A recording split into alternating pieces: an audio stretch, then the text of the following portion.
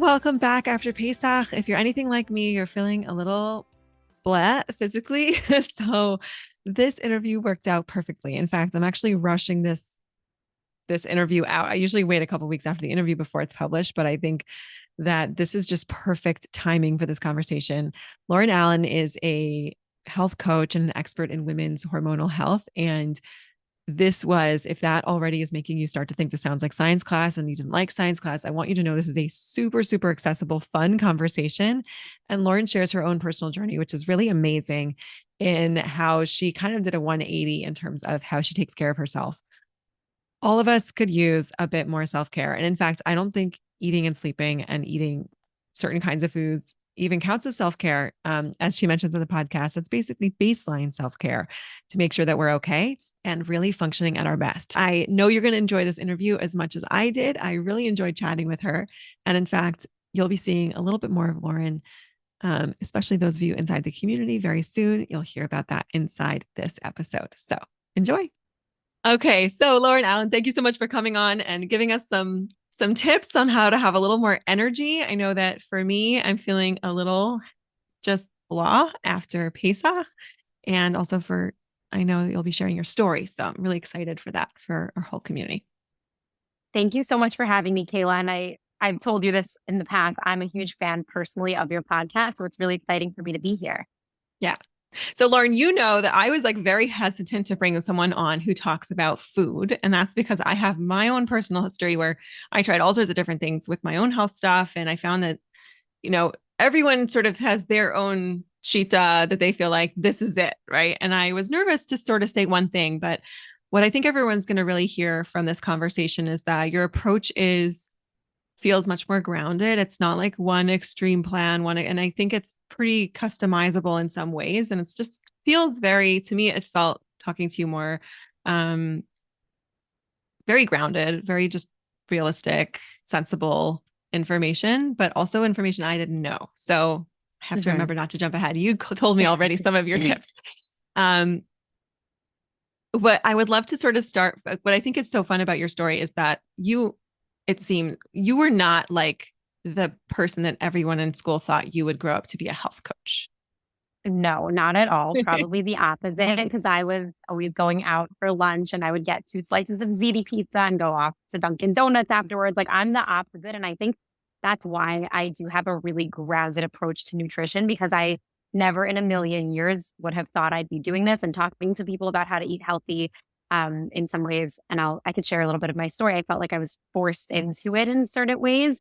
And I recognize that it's not something that most people naturally want to do. And I never want to come off as this person being like, it's just fun to eat kale salads and stuff. Like that's not really what it's about. It's more about how we feel and really understanding how food affects our bodies and the empowerment that you get when you understand, oh, this is how to actually help my body function in the best way possible. Yeah. Okay. Let's do your story. Let's start there, because I think that's it's fascinating. Okay. So as you mentioned, and I mentioned, I did not eat super healthy growing up. And for people who are not watching this, I was always at a, quote unquote, healthy weight on the thinner side. And I was always under the impression I actually didn't need to eat healthy. I thought I was just really lucky genetically. And I ate a lot of junk food. Like once I moved out of my parents' house, I stopped eating real food altogether, basically. And I was on my own. I thought it was fun in college. I would have like tortilla chips and ice cream for dinner. And I was like, this is just great. It's so fun. And thank God I don't have any health concerns to worry about. And then fast forward after I'd gotten married and my husband and I had started trying to get pregnant, I had this very early realization in the process that something was off. It was the first time I had started really paying attention to my periods, and I realized that they were not regular. I was only getting a period like every other month, maybe every 65 days, something like that. And I went to 2 different OBGYNs, one in America, one in Israel, and they both told me it's normal, you're fine, you have a healthy weight, you're healthy.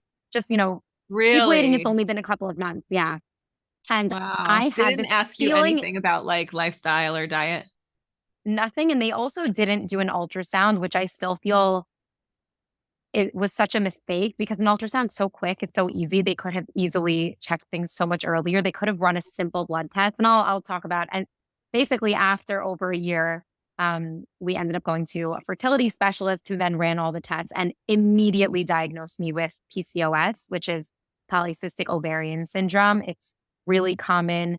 Now it's estimated that about 20% of women have it. Wow. And it's basically characterized by women who are having either irregular periods or no periods, having a lot of cysts on the ovaries, or having high levels of hormones called androgens, which usually we think about testosterone in that category. And it was really eye-opening to me. Like, I had all of a sudden thought for my whole life I was healthy, and now all of a sudden I was diagnosed with this chronic illness.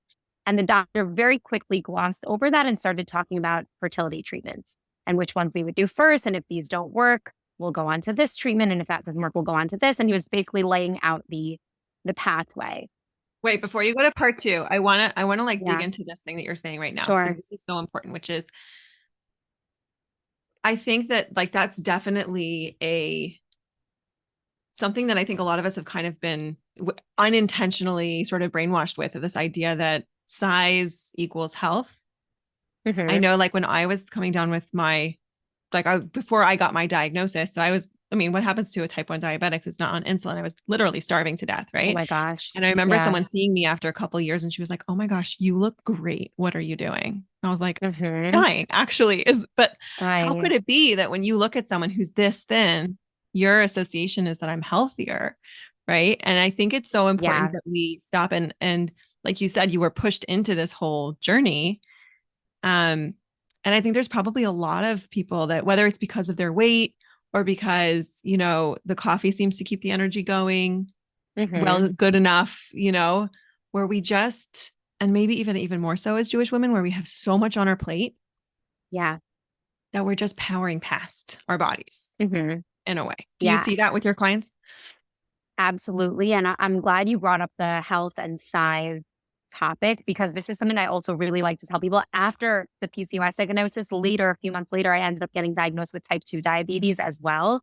And I Wow. always tell people, like, I don't look like I have type 2 diabetes. People would see me, and when I was eating ice cream and tortilla chips or salads and avocados and eggs and, much healthier foods, my weight really didn't change that much. I do test my blood sugar pretty frequently. So that I saw huge differences in my hormones. I saw huge differences in, and I can talk about many, many other ways that my health has clearly changed. Just in my personal experience, none of it had to do with weight. And I work with a lot of women also that you would never look at them and think they have a chronic health condition. But we're just seeing that so much of our health conditions, they really do have to do with nutrition, but also stress and lack of Lifestyle, sleep for sure. are so enormous in terms of playing a role in our health. And it's such a shame that people put so much focus and emphasis on weight, because then you see people doing all sorts of silly things, going on these restrictive diets, cutting calories, cutting out wholesome foods. I was just talking to a young girl, a teenager, who was telling me, like, I don't eat avocados because they're so high in calories, but she was sitting there drinking Diet Cokes all day. And I'm like, oh my gosh, it's such a misconception. And it's happening really young that people are still getting that kind of information that thin equals healthy. And it hurts people on both sides. It obviously is so offensive to people in larger bodies. And I say, I don't think it's the same level of difficulty socially when you're thin, but I think I would have been diagnosed a lot earlier had I been overweight. I think people would have said, well, your weight is clearly an issue. Let's test your insulin. Let's look at your blood sugar. Maybe not. Maybe they would have just told me to lose weight, because that's what a lot of people hear as well. Mm. Um, but it really is just such a shame that so much of our health is correlated, or is seems to be correlated with weight in the media or even in doctors' offices, And and it's doctors, yeah, I've had doctors irrelevant. say to me, "You look really healthy. I love your BMI. I'm so excited about your BMI." I'm like, let's like dig in a little bit, because yeah. And I think Totally. also one thing that a lot of people don't realize is that, and I know this is kind of where you specialize, is that insulin is a hormone. And as Yeah. women, our hormones are a whole ecosystem, right? And Yeah. it's not as cut and dry. And it really is different. Like it's, I know about it specifically through diabetes. Like the male diabetics that what they do, I can't do the same thing. We have to, you have to do different things based on how these hormones interact with each other. So um the fact that for you it showed up in terms of your cycle, like all of these things, because these are hormonally based, and so our hormones are really affected by how we take care of ourselves physically, what we're eating, Like you said, stress is Yeah, absolutely. And what's interesting is you see it play out so differently in different people's bodies. And I love, like, I really dive into this in my courses, but for some people, when they have some kind of blood sugar imbalance or an insulin or thyroid issue, it could look like having really short cycles. So if anyone, gets their period every like 21 days, 24 days, which obviously is annoying. And especially for an Orthodox Jewish woman, it's super annoying and can pose real challenges in your marriage. But for some people, it means their period either goes missing or it can be every 3 months, every 6 months. So it ends up playing out very differently in people, but a lot of it comes back to those same issues, like why are our hormones off balance? And so much of it does have to do with diet and lifestyle. There's also, of course, a genetic factor, but diet and lifestyle really, they play such a huge role, which, yeah. Thank God I ended up learning about that. Yeah. So tell us about that. Let's do part two here. So now they've given you like the whole battery of tests and they've told you what to expect and you're going to go through all the treatments. Yeah. Yeah. And I'll just add one of the tests they do before you start treatment. They check your fallopian tubes and, there's all these things you have to do before starting the treatment. And I didn't realize that. I thought I was going to go to the fertility clinic and come out with some medication or prescription of like, okay, you're going to start trying for a baby. I was like, maybe in 10 months will be the due date. Like that's also when you're trying to get pregnant, your brain is so in the calculating mode of like, if it happens this month, then I could be due that month. And this is what's going on in my life. And my brother's Middle of getting the married. So like, summer. okay, I'm Yeah. going to have a maternity dress and I'll have the bump hopefully, and it'll be so cute. And then I was like, wait, no, this is the beginning of a really long journey. And that was very crushing to me. And during one of the tests, the doctors told me, listen, your tubes are not blocked. You're able to go ahead and start fertility treatments. Like, I just want to tell you, you're not going to get pregnant naturally. I'm looking at your blood. I'm looking at your ovaries. It's not going to happen naturally, but like, thank God you're young. There's a lot of treatments out there. So, we're going to go ahead and you're a very good candidate for these treatments. Mm. And I said, okay, when can I start? It was another couple of months because we had to wait for the next period, which, mine was also unpredictable. Right. And in the meantime, I'm like, oh, I was going out of my mind. I was in a really, really low place emotionally. It was very hard in my marriage, very hard socially. And I was just going down an internet rabbit hole of like, what could I do? PCOS, how to get pregnant. And I ended up coming upon all these stories about women who had changed their diets and gotten pregnant. And at that time, when I heard this, it sounded very like mumbo jumbo, hippie dippy, weird alternative to me because that was just not my vibe. Yeah. I wasn't into that kind of stuff, but I was so desperate that I was like, okay, you could have told me, and people didn't tell me to do these random segula stuff. I would go travel to some weird mikvah in Israel or go say this thing at the hotel. I'm like, I did those things too. I was like, okay, here's another kind of random thing. I don't really understand why this Salads would or a make a segula. difference, but I'll do it. Right. Yeah. And I was like, okay. And I did this program that kind of taught you how to use diet and lifestyle changes to help your PCOS. And what ended up happening was within a couple of weeks, I started noticing major changes before anything having to do with fertility. So I had always struggled with eczema. I had a lot of it on my face, which was just very uncomfortable. And like not beautiful. I didn't love how it looked. And it went away. Like I literally woke up one morning and my eczema was gone, which it was crazy. I woke my husband up to be like, look at my face. Am I dreaming? I literally thought I was in a dream. So that was crazy. That was the first change I noticed. And then there started to be all these other little things I was noticing. Like I had a lot more energy. Sleep was a huge thing that changed. I had always taken something to go to sleep since I was like 19. So I was always taking melatonin or something stronger. I was very reliant on sleep aid, which was not great for such a young person. And then I started going to sleep just like a different person. Like I would close my eyes and go to sleep, which is how it's supposed to be. But Wow. I had never done that in years. So that was also like, I always say, if this had just cured my insomnia, dayenu. Like that in and of itself was so life changing. And then I noticed my anxiety had gotten much better. And I was just feeling good for the first time. I felt like I was so sad to not be eating junk food because I didn't even talk about, it wasn't just I ate a lot of sweets and stuff. I loved it. It was a huge part of my identity. I was known for my baking. I was like that girl who's always trying out the new fancy cookbooks with all the good baking recipes. And it felt like a very big loss in identity. But I started shifting into, I think this is the first time in my life I know what it's like to feel good in my body. I didn't realize how tired I had been. I didn't realize that, having these rashes on my face were not normal. I didn't realize how high my baseline anxiety had been that had kind of just melted away. Like I felt much calmer in my body. And then I started getting my period regularly. So that was really crazy. And I was like, oh my gosh, do we think like this is working? I'm clearly responding to this. And I actually made the decision. I had told my doctor, listen, I'm doing really well with this. I'm going to wait 1 more month and we'll just see what happens. And after that month, we're going to start treatments. And I ended up getting pregnant with my daughter on that next month. So I still have the chills when I talk about it. And she's now 2.5. Thank God. Like I say, she's really my miracle baby. And going through this journey, I just realized this is a tool that is so powerful and only had such good side effects for me. Why did nobody tell me about this? Why did I have to happen upon this on my own? And that's really what pushed me to then I got certified and I just wanted to learn more about it. So I didn't really know what was going to happen. I was like, okay, let me do this, nutrition coaching certification. And I specialize in women's hormonal health. I started sharing a little bit about my story online when I was in my 3rd trimester. And I had dozens of women reaching out to me like, oh my gosh, I have PCOS. I've been trying to get pregnant. No one's ever told me about this. I didn't know that what you eat could help. And since I started really working with women, thank God there have been so many incredible stories of women like me who were about to start treatments and then ended up getting pregnant naturally, which, no one thought they could do, or women who did it in addition to treatments, but ended up, really increasing their chances of getting pregnant. And I work with women with a variety of hormonal health issues now. I work with women in menopause and teens who are not teens, but like 19, 20, 18, anyone over 18 who is, just experiencing irregular periods and struggling with painful periods, anything kind of related to that. And it's just been so incredible for me. It's very healing for me to be able to take this whole journey that I went through and put it out in this positive way and help other women feel good in their bodies and get pregnant. Amazing. And I think that, in a way, it's almost like this bracha that you had this, because when else would you have, like, you would never have gotten all these other benefits, right?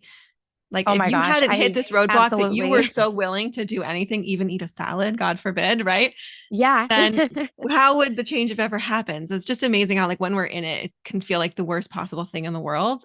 And then from the other side, like I so identify with that thought that you have, like that you were saying of like, you're already thinking about, okay, 10 months from now, it's going to be this. And we have Mhm. such timelines and such expectations and so much, anticipation. And when that gets derailed, it can be so crushing. Yeah. What I want to kind of move into here, because you did get that roadblock, right? That to put you down this path. But I think even women who can't say, they're not having trouble with infertility, or, their periods are regular. They're not really pointing to a specific symptom, but they're just feeling really like low energy, dragged down. They're, Mhm. drinking a lot of Coke or coffee or whatever to just get through the day, or they just feel like they're crashing. I think it's so interesting that, like, the time where we crash is right when our kids get home from school. It's like, Yeah.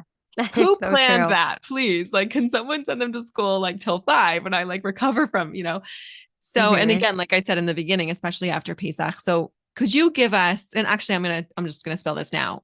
Lauren is actually going to be coming in and doing a guest call inside of the How to Glow membership in May, Yes, which is I'm so so exciting. excited.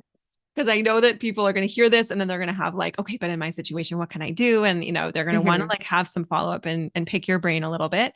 Um, so for sure, if you're not in the program, anyone listening to this, you've got until May 1st, get in there, and then you'll be all ready to go for her call.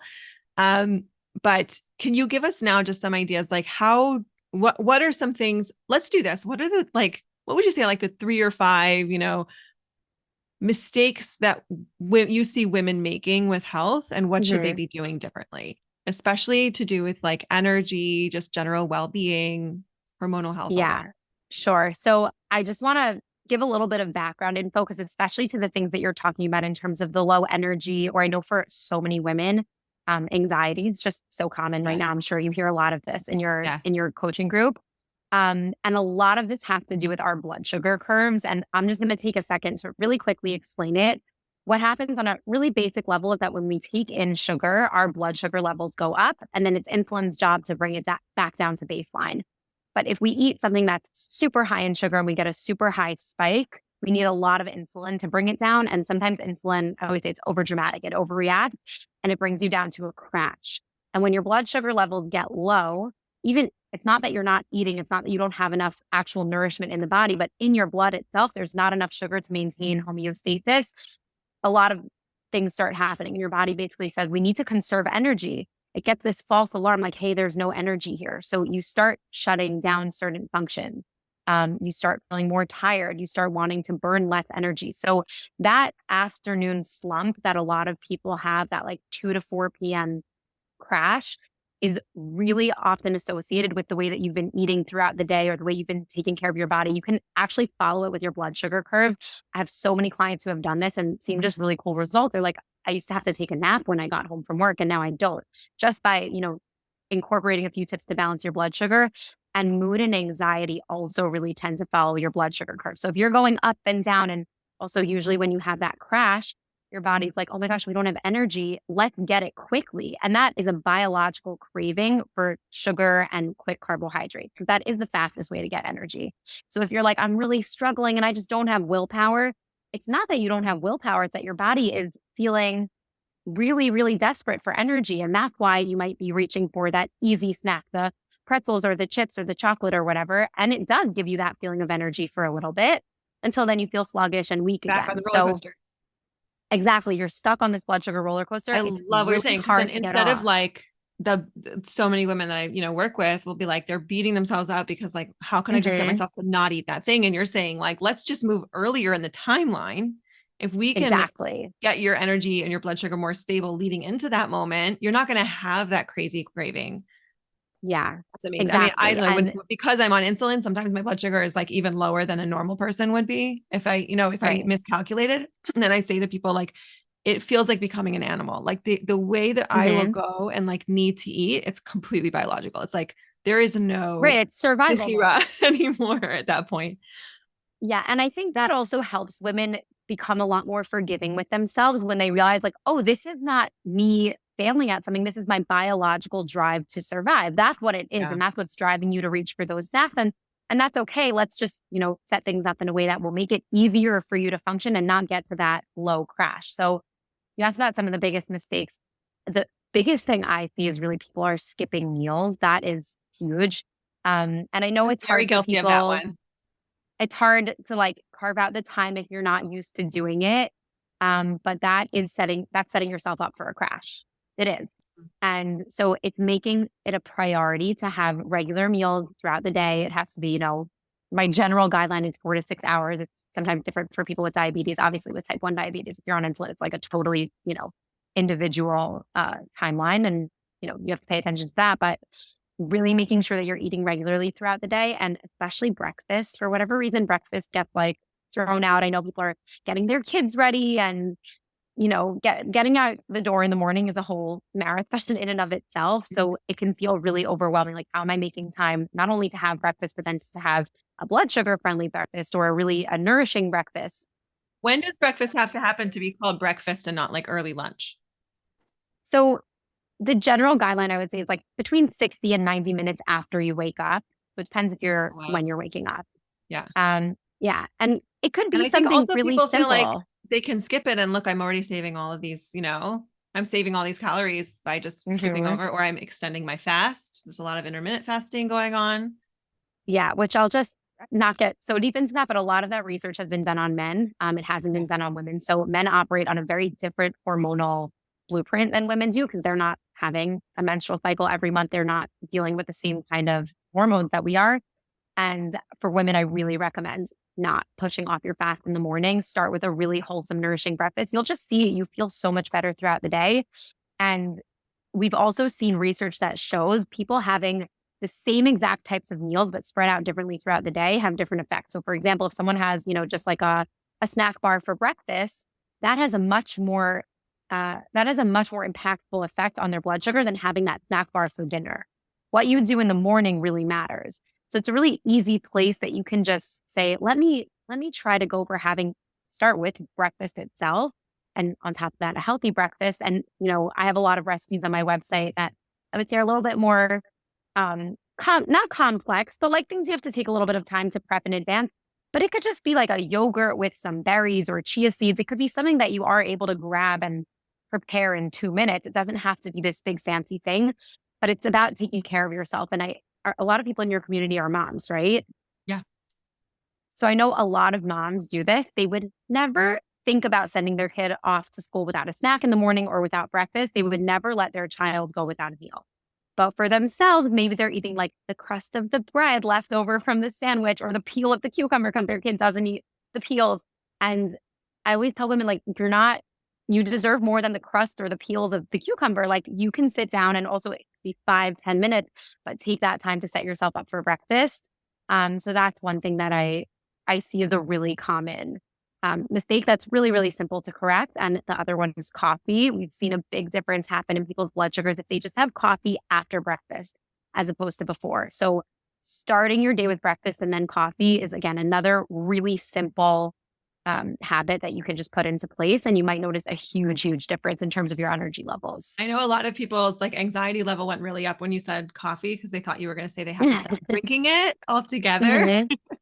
So I love that you're not saying we have to get rid of the coffee. We just need to be careful to have a breakfast first before we have coffee. Right. Move it to half an hour later. And I know that could also sound scary to some people, but what I would say is just try it out for a couple of weeks and see if you notice. First of all, when you're waking up and you're desperate for coffee, that's already a sign something's up hormonally. Like, we should have natural cortisol spikes that wake us up, where we shouldn't be relying on caffeine. So that in and of itself is a sign that, hey, something's, a little bit out of alignment with your hormones. And just paying attention to things like that. Another really big thing that I see people, I don't know, I wouldn't call it a mistake, but something that could be harming your hormones is the screen time before bed, because sleep is so crucial to our hormone balance and especially to melatonin production, especially if you're looking at blue light on your computer or your phone. I've been talking about this a lot. I just switched to a Kindle, which is like the big exciting news in my life right now. And it doesn't have that blue light. So it doesn't have the same effect on your eyes. So I do still do that screen before bed. But if you're looking and scrolling, especially on social media right before bed, that impacts your quality of sleep. Even if you're still able to fall asleep, you don't get into as deep of a sleep. It's not as restful. It's not as healing. So just, again, I'm not telling you have to get rid of all your screens forever, but try 30 to 60 minutes before bed to put away the screens, switch to something else, a magazine, a book, something like that. Talk to your spouse if that, also it appeals to you. And that's something that is also really simple, but can make a huge difference. Yeah. Yeah. These are great. These are so great. And sleep, so much happens during sleep. I heard at one point someone said the coffee thing in a little bit of a different way, which for me was like not more compelling than what you're saying, but like it got me on board with the idea. Is It he hit said, you differently. what's that?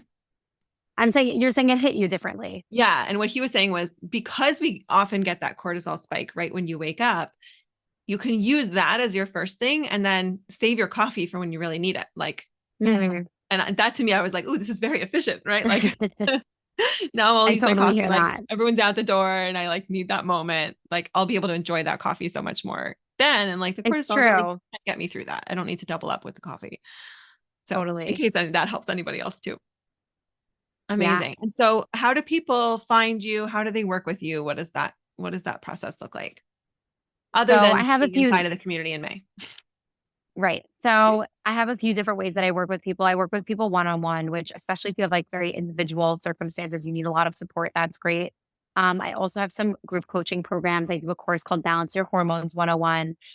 Have a new group program coming out in the summer, hopefully, that's really focused on fertility. So especially for people who are struggling to get pregnant, that's going to be out soon, which is really exciting. And you can find me on Instagram. You can find me on my website. I'm Lauren Allen Nutrition at everything. And I also, this is also really exciting for me to share. I have a free ebook that people can get on my website. I really do believe that what I have learned should be available to everyone. So I wrote a 33-page ebook on how to boost your egg quality through diet and lifestyle changes. And you can get it for free. It's really comprehensive. I've had people tell me like, but you should sell this. And I'm like, no, I think they should give this out in doctor's offices. I think it's very upsetting that we don't learn this as young women, because fertility struggles they're so, so challenging. So you can get that also, which I really recommend. It's a really great resource.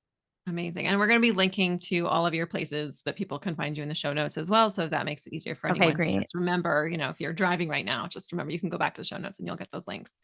Anything else you want to just leave everyone with? I Not know to put that you you on the spot. talk a lot about, your base self-care in your program, right? Like the difference between the bubble bath and really just taking care of yourself. And I think you spoke about that hesitation of like bringing someone on to talk about food. And I get it. I was always really skeptical also because this was just not what I was interested in. I didn't really understand until I experienced it. And I think I would just leave people with that, like really taking care of your hormones. It is that base self-care. It's really hard to get yourself into that place where you can apply things like thought work and really be your best self and glow in the way that you talk about for so many women when your hormones are so out of whack or when you're crashing with energy issues, when you're dealing with a lot of anxiety, when your hormones are so off balance. It's just really hard to get to that level. And that's really what this is about. So just again to emphasize, like it's really about that basic self-care and health and not, it's not about like, oh, let me have the fancy healthy meal because that's what's trendy right now or because I'm trying to lose weight. It's really about just taking basic care of yourself. I'm so glad you said that. Yeah. Because like, and also I love that in your story, like that wasn't your thing. It's not, you don't have to be like a health nut to take care of your body.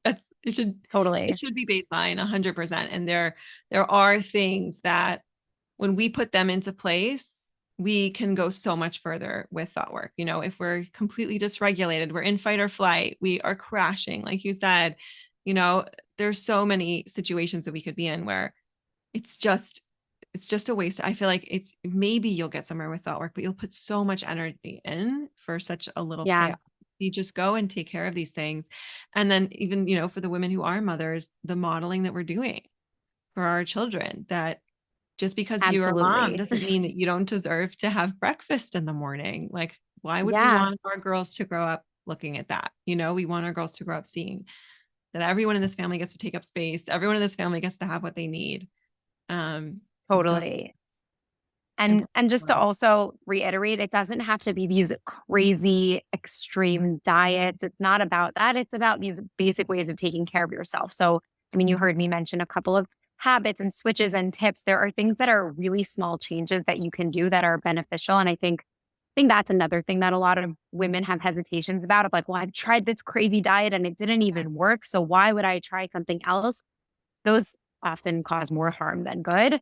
And there's really a lot of smaller things that you could be doing that are really sustainable and that could make a much bigger difference over time. So I really encourage people to, if you haven't ever had that mindset, to start trying to explore like, oh, what are small things that I could do? Could I go to bed half an hour earlier, which maybe, doesn't sound like it would do much. It will. It will do a lot. So, thinking about the little ways that you can really Yeah. improve your health can go a long way. 1 glass of water a day versus Oh like, my I gosh. have to go get the Yes. big thing and like hydrate on calendar and make sure I'm getting all, yeah, Hmm. it's a huge difference.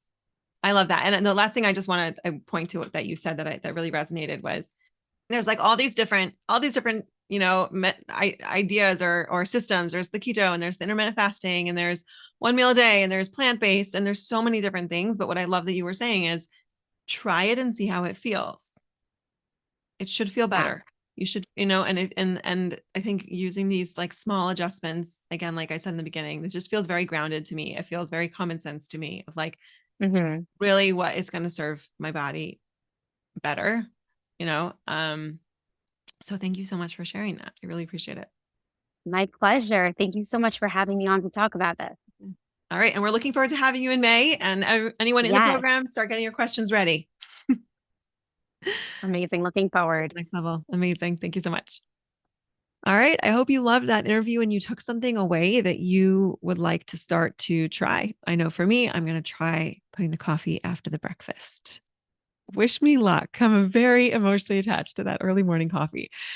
I wanted to just request that if you've been listening and loving this podcast, if you could please share. It is the number one way that this podcast has always gotten out. And especially now that I'm off of Instagram and Facebook, it's kind of the only way that this one's getting out. So if you enjoyed this episode and there's a group you want to share it with, or an email list, or just a sister-in-law who would love it, please do share. Or you can also go onto the podcast app and give it a rating and a review. That's a huge way for it to start to show up for other people. So I so appreciate all of you guys getting the word out and sharing. It means the world to me.